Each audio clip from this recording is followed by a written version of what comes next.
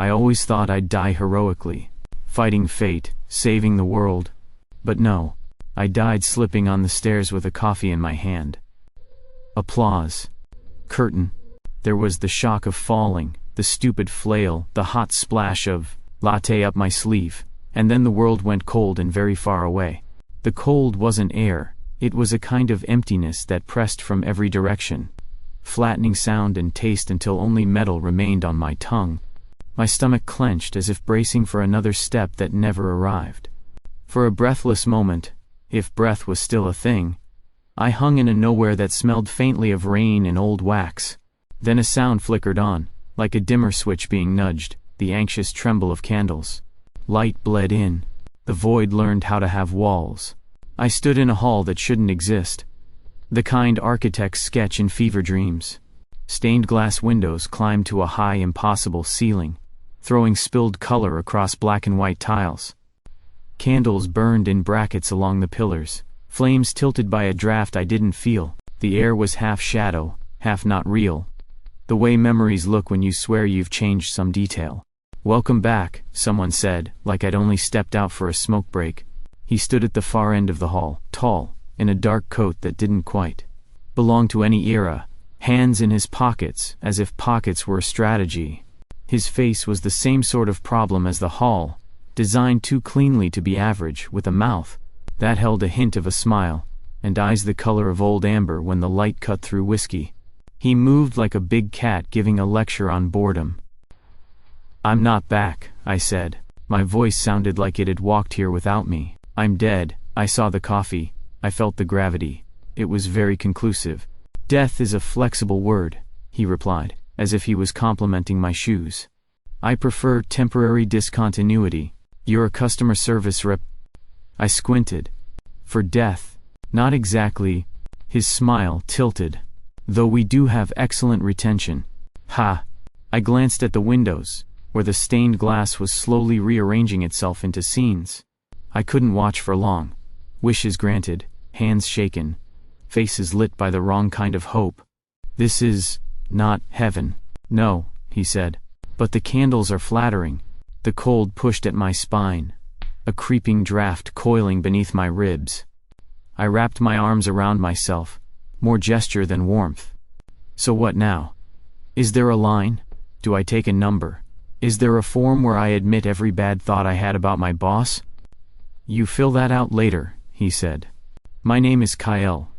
You can think of me as a demon," I said, because the word was already in my mouth and the glass scenes were whispering it. The syllables tasted like penny and smoke. "Right?" His head tipped, acknowledging the obvious. The gold in his eyes flickered. Not a glow, but something the light was trying to do. "Elias," he said, and the way he said my name made me straighten. "You died inconveniently. Sorry to have ruined your schedule." "Oh, you didn't ruin it." He took a step closer.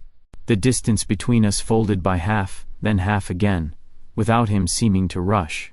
"You improved it. You're precisely the kind of problem that keeps my work interesting." "I don't want to be a problem," I said.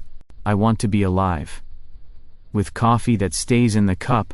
"That," Kael said, "is an option." The candle flames leaned toward him, the way small things lean toward weather.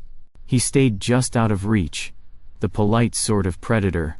I wondered if he could hear my heart. I wondered if I had one here. "What's the catch?" I asked.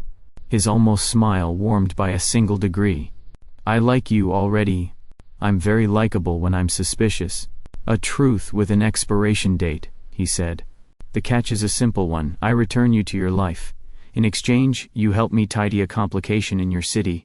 I looked down the hall, where the glass windows now showed a street I knew, the corner bodega, with the "Forever Out" sign, the wet gleam of pavement, the blur of a bus I used to chase. My mouth watered with a phantom of coffee. "And if I say no?"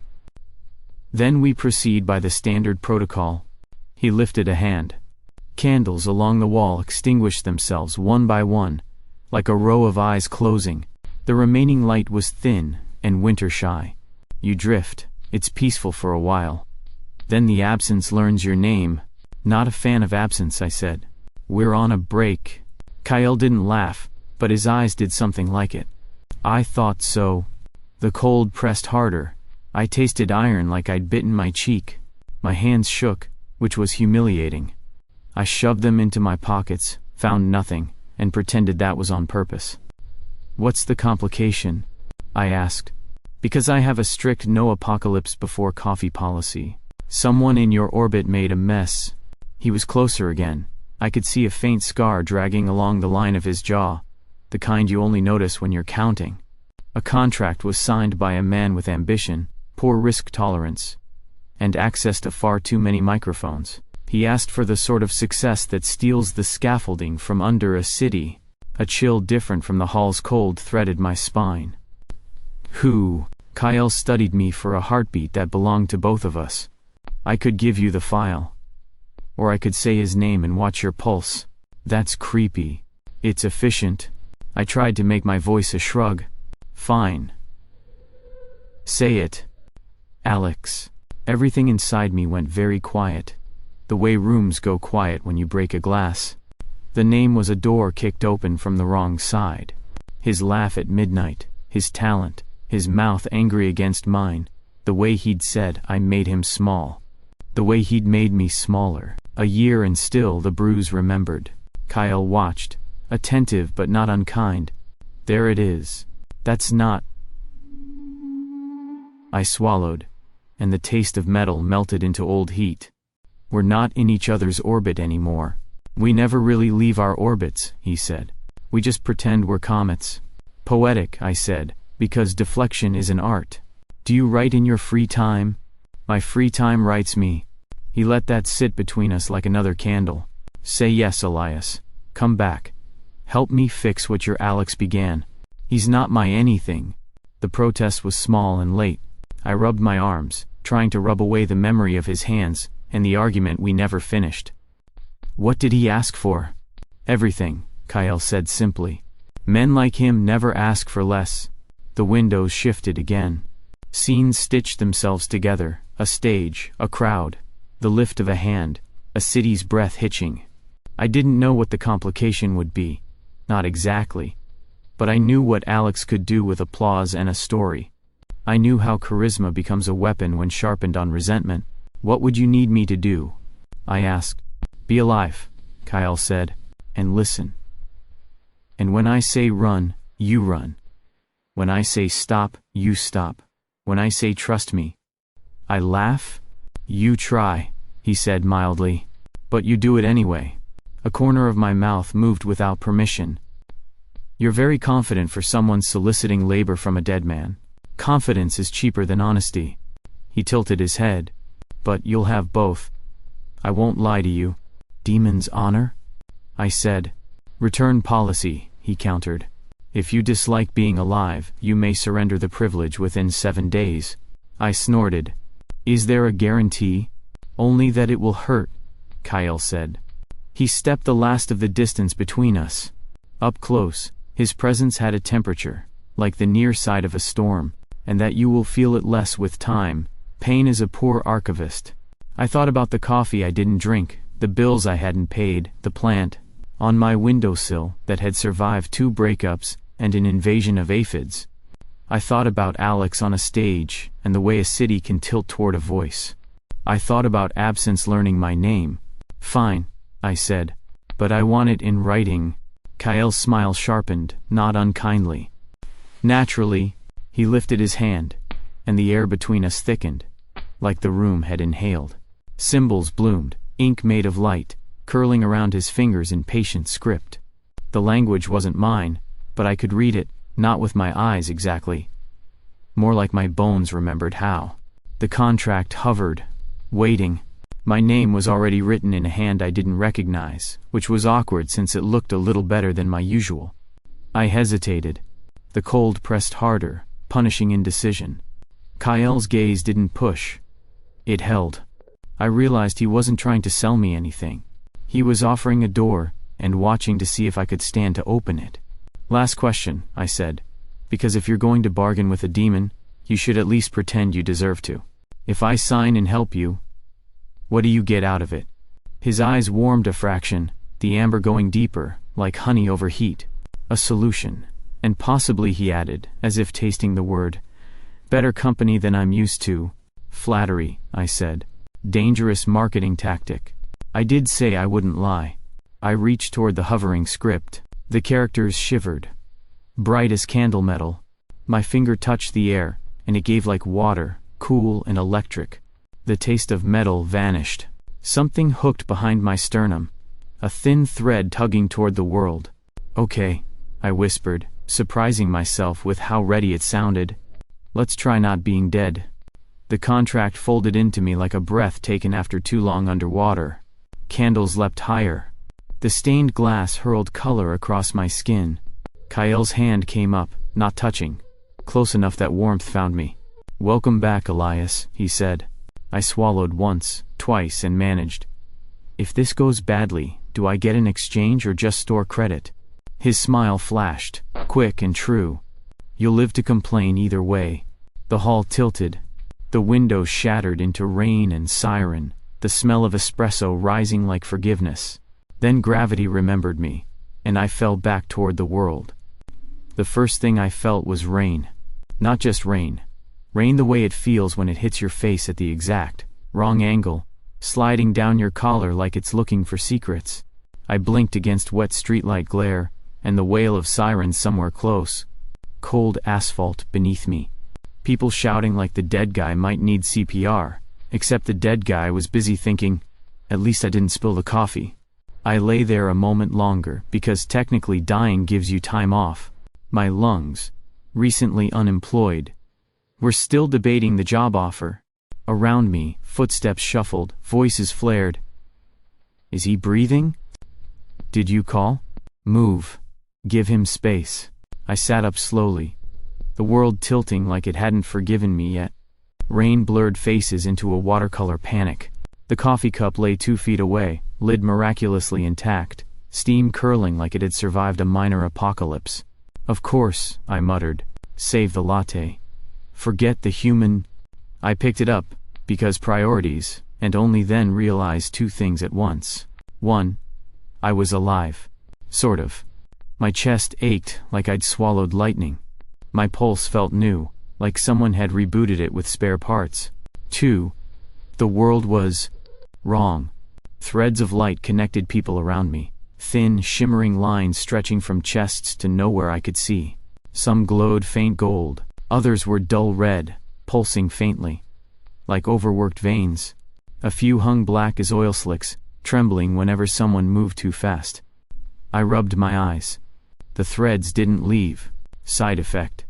A voice said behind me, smooth as glass over ice. I turned. Kael stood on the edge of the sidewalk, untouched by rain like it was contractually obligated to fall elsewhere. Same dark coat, same hands-in-pockets stance, like gravity worked for him part-time. People moved around him without noticing, the way you step around statues without thinking. What? I said. The hell am I seeing? Contracts. His eyes tracked the threads lazily, like a man browsing a menu. The promises they've made. The prices they haven't paid yet. I stared at a woman arguing into her phone. 3 red threads pulsed from her like warning lights, vanishing into air above the crosswalk. A man leaning against the bus stop had only one, faint and fraying. This is... I swallowed. This is permanent, isn't it? Like cataracts, but for cosmic horror. Temporary, Kael said. Your soul hasn't rethreaded properly. It will fade. I nodded slowly, because that was a thing people did when they understood nothing. A gust of wind shoved rain down my back. My teeth clattered before I could stop them. Kael sighed, the kind of sigh you give a stray cat refusing food, and shrugged out of his coat. He crossed the distance in 3 steps, dropped it around my shoulders like it was nothing, like we were 2 friends leaving a bar instead of 1 dead man, and 1 demon negotiating cosmic terms. I stared at him. Is this demonic hospitality? Practicality, he said. You're shivering loud enough to wake saints. I tugged the coat tighter. It smelled faintly of smoke and cold air, the kind that clings to mountains. The lining was warmer than it had any right to be. Great, I muttered. Saved by Satan's tailor. Kael ignored that, his gaze flicking to the threads again. Do you know what they're paying? For what? Their wishes. He said it simply, like wishes were just another currency. Like rent. Every contract buys desire with something equal. Time, memory, loyalty. Sometimes pieces you don't realize you were selling. I looked at the arguing woman again.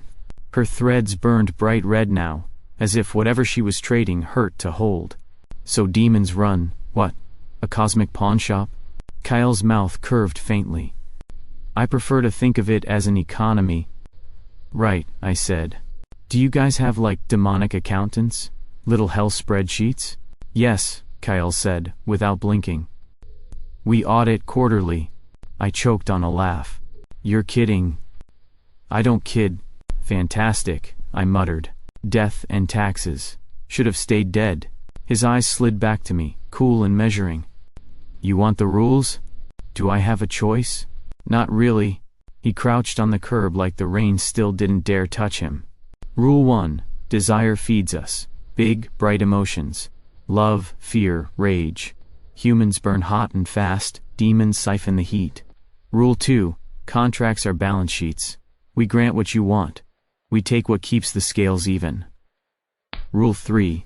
He paused, looking past me at the traffic lights blinking through rain. Rule 3?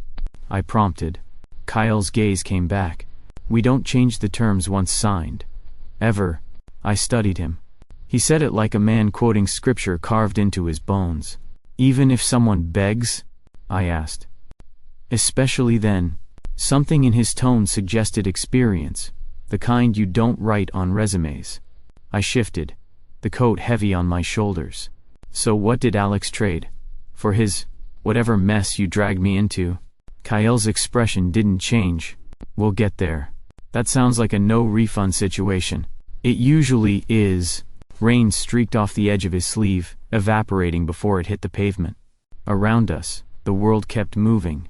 Buses sighing at stops, horns slicing through drizzle. People, hunched beneath umbrellas, blind to threads tying them to promises they didn't understand. So, I cleared my throat. Why can I see all this? The strings, the glow-in-the-dark guilt trips? You touched a contract before you were ready, Kael said.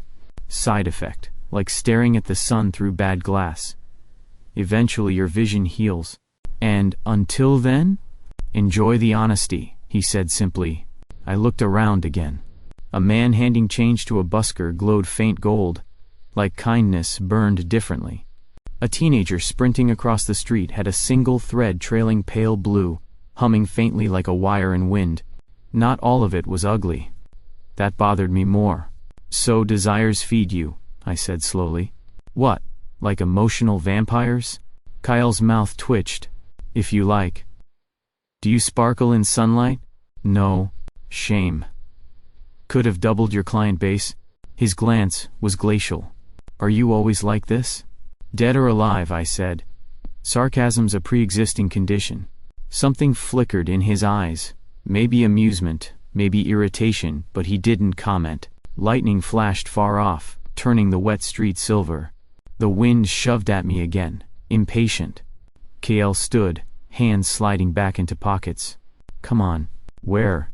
You need answers. His tone suggested he didn't want to give them. And food. Your body's about 10 minutes from shaking apart. I tried to argue, but my stomach beat me to it, growling like betrayal. Kael tilted his head toward a side street where neon flickered through rain. There's a place nearby. They won't mind me. They serve demons now? They serve everyone, he said, starting toward the light. Capitalism outpaces theology every time. I followed, mostly because my legs didn't trust themselves to stand still. The coat hung heavy and warm around me, carrying smoke and storms, and something older I didn't want to name. Behind us, the city kept breathing, blind to the threads stitching its heart together. The rain stopped sometime before dawn, leaving the city slick and sullen, like it hadn't decided whether to forgive the night. The sidewalks glistened under street lamps, and the wind carried that sharp smell of wet concrete, ozone, and bad decisions. Kael walked ahead of me, hands in his pockets, coat collar turned up like he owned the weather. He hadn't said much since the diner just paid for my coffee without asking. Which felt both polite and vaguely insulting, like I was a stray cat he'd decided to sponsor. Now, as we turned a corner, a tall building swallowed the sky. Glass and steel, all sharp angles and ambition, lit up like morning had been poured inside. "Why here?" I asked, pulling Kael's warm coat tighter. He didn't answer at first. His eyes tracked the windows high above us, expression unreadable, until he finally said, "Because that's where he is." The word landed like a pebble in my throat. I didn't need him to clarify. Some things arrive pre-packaged: memory, heartbreak, the sound of someone leaving without closing the door. "Alex?" My voice cracked like I was 13 again. Kael nodded once. I wanted to laugh, but it stuck. Of course. Because dying once wasn't enough trauma for 1 week. Inside, the lobby was too bright, too clean. Marble floors reflected everything, including me. Wet hair, borrowed coat, a face trying too hard not to remember. The air smelled like money and burnt coffee. Kael walked to the reception desk like he belonged here. Maybe he did. People glanced at him, then away again, like their eyes didn't know how to stay put. "Top floor," he said quietly. "Great," I muttered. Nothing says healthy closure like confronting your ex at corporate altitude. The elevator doors slid shut, and with them, most of my composure. Alex looked exactly the same. That was the first injustice. Same sharp jaw, same ridiculous cheekbones, same suit tailored like the fabric wanted to impress him. His hair was shorter now, his smile tighter. The office behind him spread in glass and chrome, overlooking a city too busy to notice it was about to become collateral damage. He froze when he saw me. Then, slowly, he smiled the way lawyers and wolves do, professionally. "Elias," he said. "Back from the dead?" I hated how my name sounded in his mouth, like it belonged to him. "Something like that," I said. My voice stayed level by sheer accident. "What did you do?" Alex leaned against his desk, casual as a man in a commercial for success. "I think you mean what did I accomplish?" "You signed a contract," I snapped. "With them?" I didn't look at Kael, though I felt him behind me, silent, watchful. Alex's smile didn't falter. "I did what you never could. I stopped waiting for life to hand me scraps. I took control." My laugh came out broken. "Control? You sold yourself to the first demon with a pen." "Funny," Alex said softly. "Coming from someone wearing one's coat." That hit harder than it should have. I stepped closer, ignoring the way the room smelled like expensive cologne and bad memories. "What did you ask for, Alex?" He met my eyes like a man daring lightning. "Everything I deserved." The windows hummed faintly, like the building disagreed. Kael finally spoke, voice cool as a winter draft. "You asked for power, without price." "There's no such thing." Alex glanced at him. "And you are?" "The one cleaning up your mess," Kael said. Something in his tone made the lights flicker. I looked between them. Pulse, stuttering. "What mess?" Kael's eyes stayed on Alex. "His contract grows unstable. Ambition too big. Foundation too thin. If it breaks, the backlash will burn through this city like paper." I stared at Alex, throat dry. "Tell me he's lying." Alex didn't answer. Which was an answer. Memories crashed in, uninvited. Alex laughing in my kitchen, sleeves rolled up, stealing my toast. Alex the night he got the job, spinning me under streetlights, like the future belonged to us. Alex saying I made him feel small, like love was a weight he didn't want anymore. And then leaving. Was it worth it? My voice shook, low and sharp. Selling everything for applause? Alex's jaw tightened. "You wouldn't understand." "Try me." Kael moved then. Just a fraction, just enough to place himself slightly between us. Not obvious, not necessary. The kind of gesture you notice only if you're looking straight at it. I blinked. He didn't look at me, didn't speak, but there was something in the way he stood. Like the room tilted subtly toward protection. It annoyed me. And I didn't want him to stop. "Can you undo it?" I asked Kael, eyes still on Alex. "Not alone," Kael said. His voice carried that edge again. The one that made electricity crawl along the glass walls. but we can contain it. If certain people cooperate. His gaze cut to Alex like a blade dipped in ice. Alex smirked faintly, but I saw his hand tighten on the desk behind him. "You're all insane," I said. "Every single one of you." "Probably," Kael murmured. The room felt colder now.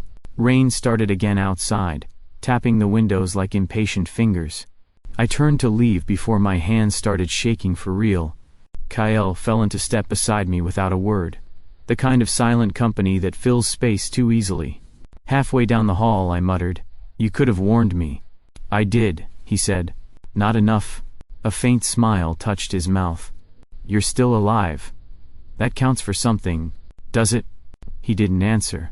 And maybe that was the first moment I noticed. The silence around Kael wasn't empty. It was watching, waiting, almost careful.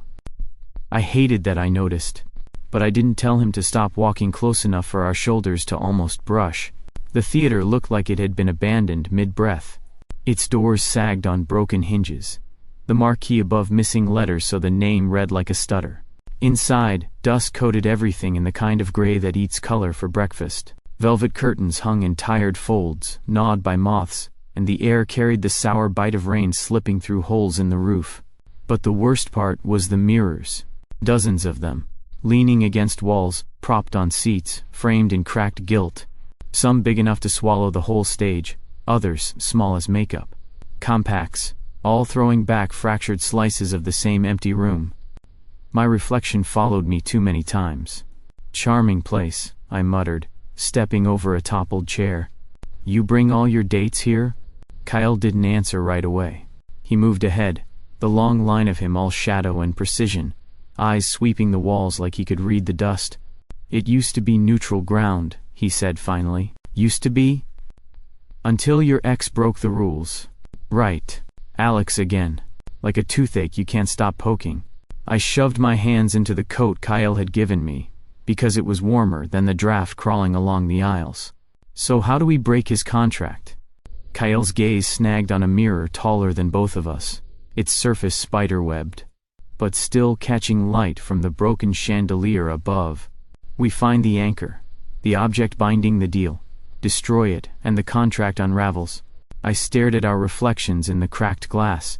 His looked like it belonged here. Dark coat, that unbothered stance, eyes catching the faint glow of ruined exit signs. I looked like someone who'd taken a wrong turn into the wrong story. "And if Alex objects?" I asked. Kael's mouth curved, not kindly. "He won't have a say." The sound hit before the shape did. Like wind tearing through teeth. Figures slipped out of the mirrors, peeling themselves from the silver surfaces like wet paper. Too many limbs bending wrong, eyes the color of freezer burn. I froze. "Friends of yours?" "No," Kael said, voice dropping into something colder. The first demon lunged. Kael met it halfway, and the fight was nothing like movies teach you. No slow-motion grace. No time to admire form, just speed, violence, and the sound of air being punched out of space itself. I stumbled back as another one crawled through a mirror, its joints cracking like knuckles. My heart slammed against my ribs hard enough to hurt. Kael moved like the floor obeyed him. A twist, a sharp gesture, and a demon slammed into the wall hard enough to leave a crater in the plaster. Another snapped at his shoulder. He ducked, caught it by something that passed for a throat, and threw it into the orchestra pit. It should have looked effortless. It didn't. Because there were too many of them. "Elias," Kael said sharply without looking back, "stay behind me." I opened my mouth to argue, then shut it when one of the creatures crawled out of a cracked mirror 5 feet away. Its smile didn't belong on anything with bones. I grabbed the nearest thing, a metal rod from a broken spotlight, and swung like my life depended on bad aim. It connected with a wet crack. The demon shrieked, stumbling back into a mirror hard enough to splinter it. For one stupid second, pride lit up my chest. Then another demon hissed behind me, and I realized this was less victory, and more barely not dying. The fight blurred, dust, broken glass, the high whine of lights struggling to stay alive.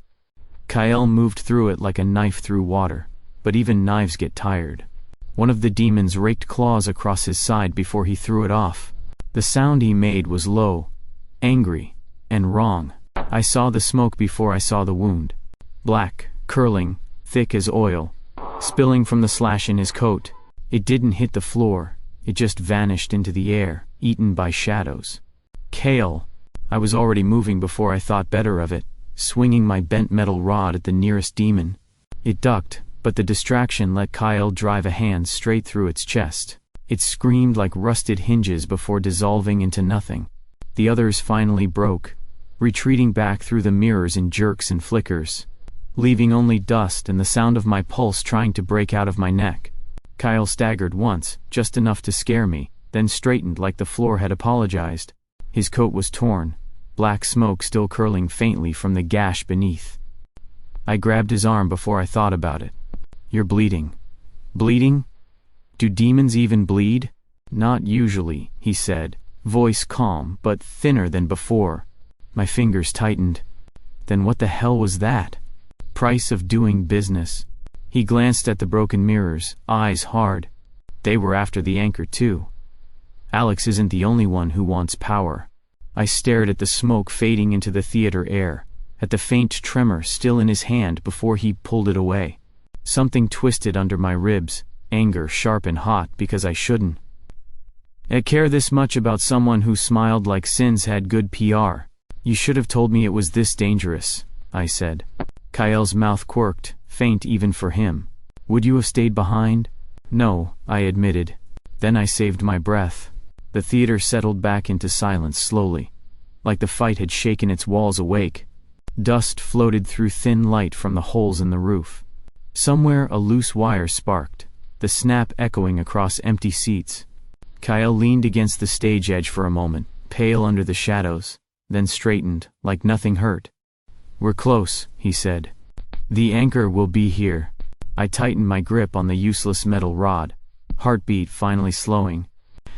"Next time," I muttered, "I'm bringing a flamethrower." Kael glanced at me, unreadable, then away again. But I wasn't sure, that the corner of his mouth almost moved, like maybe the idea of next time didn't sound so strange to him either. The city looked different from the roof.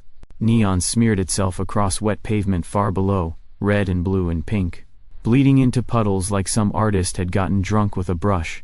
The rain came in sheets now, cold enough to bite, slanting sideways when the wind felt ambitious. Above us, clouds dragged themselves across the sky like they didn't want to be here either. Alex stood near the ledge, rain soaking his expensive suit, tie plastered against his chest.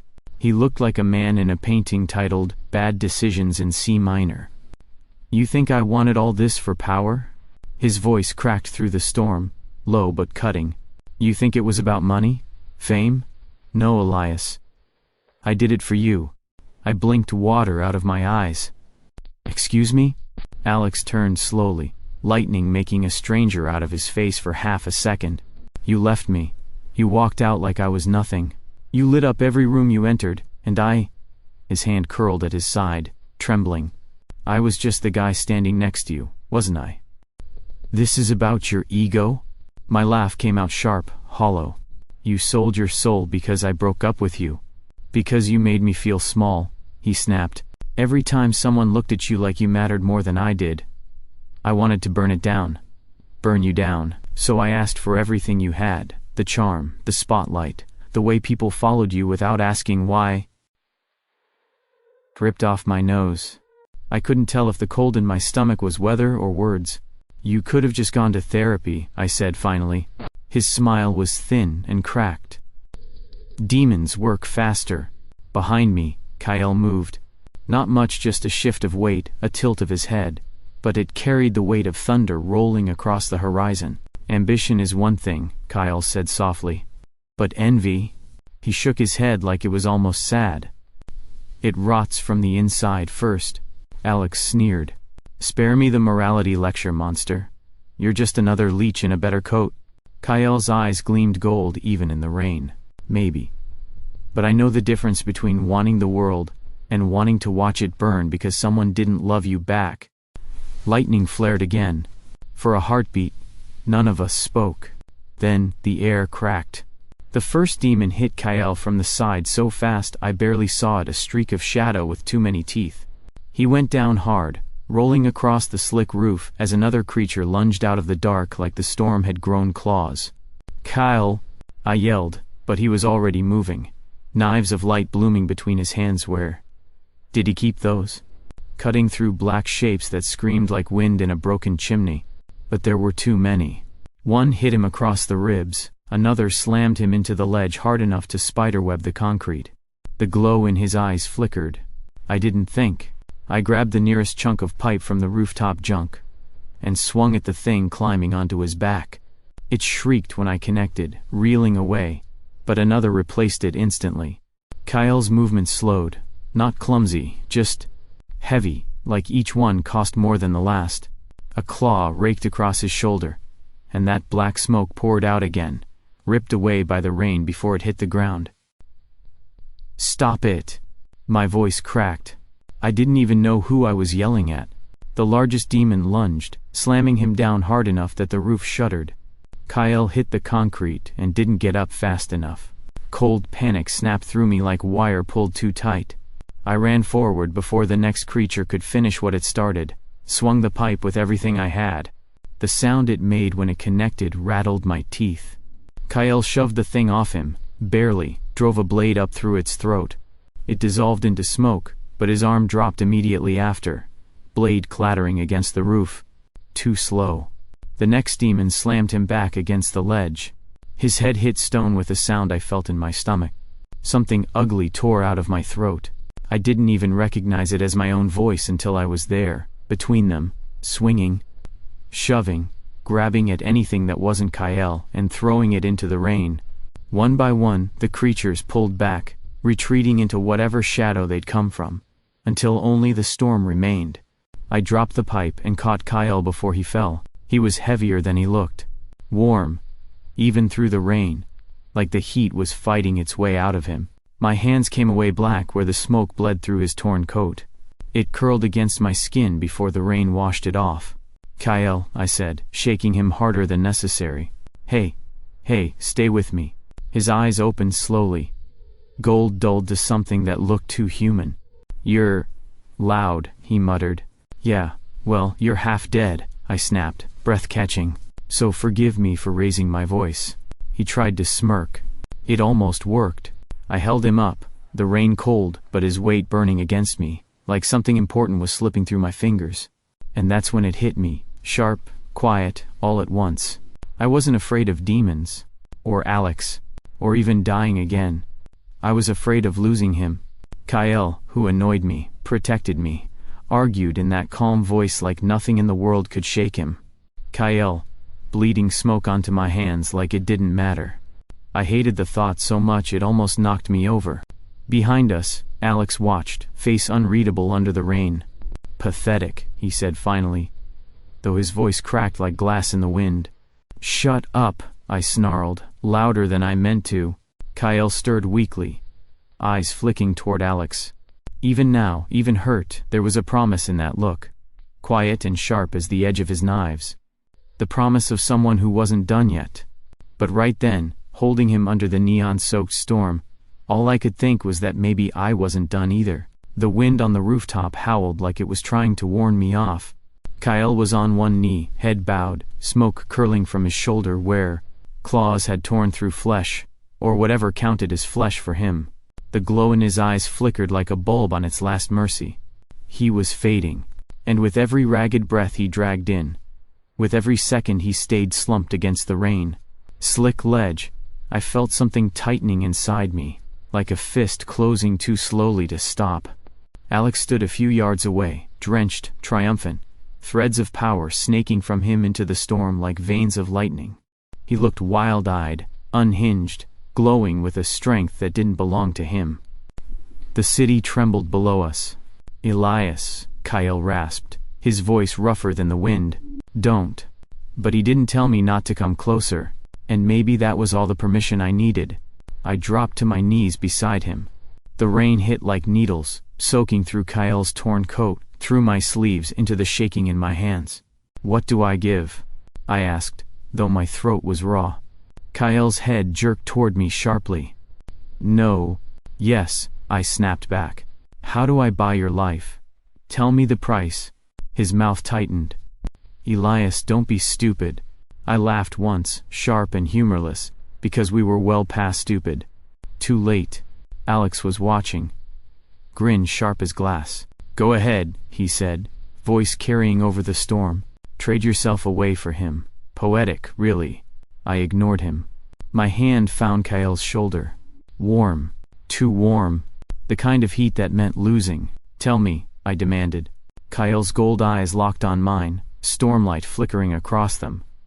His expression was a blade wrapped in ice. Your emotions, he said finally. Memories tied to them. Your love, your joy, the things that make you you. That's the cost. The wind shoved hard enough to stagger me. Pieces of my life. All the colors. All the heat. For him. I didn't even hesitate. Fine, I said. Kael's eyes widened just a fraction. Elias. Do it, I snapped. Before I changed my mind, the contract rose around us like it had been waiting all along. Symbols of light spun into existence over the wet concrete, circling us in dizzy patterns. The air thickened, charged, humming against my teeth. My breath came shorter, faster, like the storm was pulling it out of me. Say it, Kael said tightly, each word costing him. Say you give it. I swallowed hard enough to hurt. I give my emotions, my memories, whatever it takes. For him. The symbols flared white hot. I felt it immediately. The tearing, the unthreading of things I hadn't known were stitched together. A laugh at 16. My first taste of summer rain. The way my father's smile looked when I brought home a terrible report card, and he framed it anyway. They burned out of me like paper in firelight, curling up, gone. My hands shook so hard I almost dropped Kael, except he was the only thing keeping me upright. The backlash hit Alex first.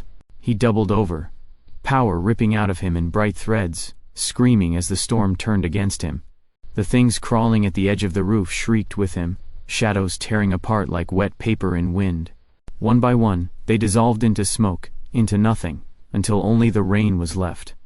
Alex collapsed near the ledge, shuddering, eyes wide and empty like someone had stolen the ground out from under him. The contract sealed with a sound like a door slamming shut. I dropped forward onto my hands, breath scraping my throat raw. The world tilted hard enough to throw spots across my vision. Kael caught me before I hit the roof. His hands were too warm on my shoulders, too steady for someone who should have been dead a minute ago. Elias, he said, voice low and sharp at once. You're out of your mind. I laughed, but it cracked halfway through. Broke into something closer to a choke.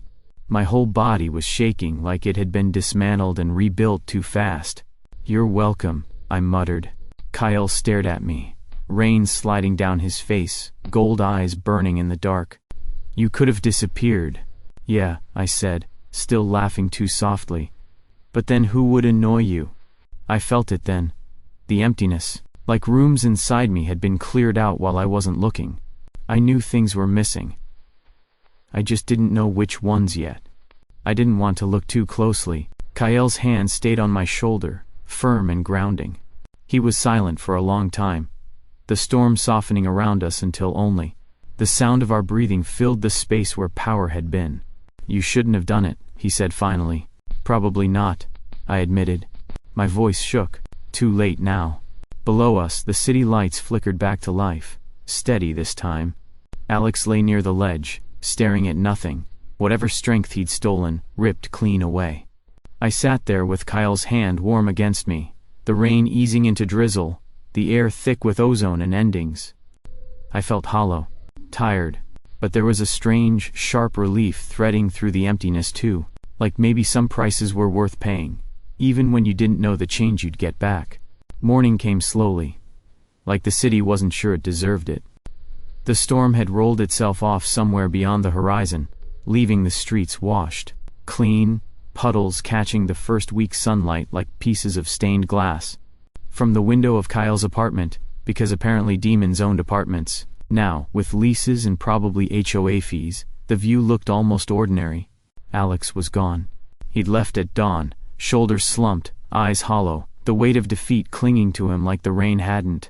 The power was gone from his veins, so was the fury that had burned everything around him for the last year. He hadn't looked back, and I hadn't stopped him. Now the only sound was the low hiss of the coffee maker on the counter, and Kael moving around the kitchen like he wasn't entirely sure what to do with a Saturday morning. I sat at the small table by the window, wrapped in a blanket Kael had wordlessly handed me when we'd walked in hours ago. The smell of coffee drifted through the room, dark, rich, grounding. It felt wrong almost, to be this warm after so much cold. Kael set a mug in front of me. Drink. I peered into it. Is this part of the aftercare package? His mouth twitched like it wanted to be a smile, but hadn't signed the proper paperwork. Consider it reparations. I took a sip. It was strong enough to file taxes for me. For a while, neither of us said anything. Sunlight stretched itself through the window, catching on Kael's hair where it was still damp, glinting faintly off the thin scar along his jaw I hadn't noticed before. He leaned against the counter, arms folded, looking like he belonged in this kitchen exactly as much as he belonged in abandoned theaters and rooftop battles. Which was to say, not at all. You're quiet, I said finally. You nearly erased yourself last night, he said flatly. Forgive me for lacking small talk. I'm fine. You're shaking.